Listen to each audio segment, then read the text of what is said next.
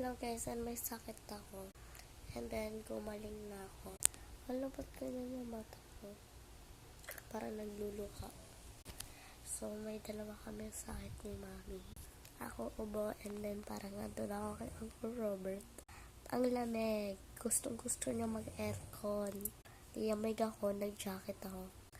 And then, yung parang pumunta ako dito. Parang pagka-uwi ko, nahihilaw ko.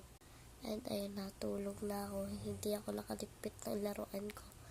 And si mami masakit din ang pakiramdam. May ubo din. Ayun siya. Natulog ako. Saglit. And then, sinapinan ako.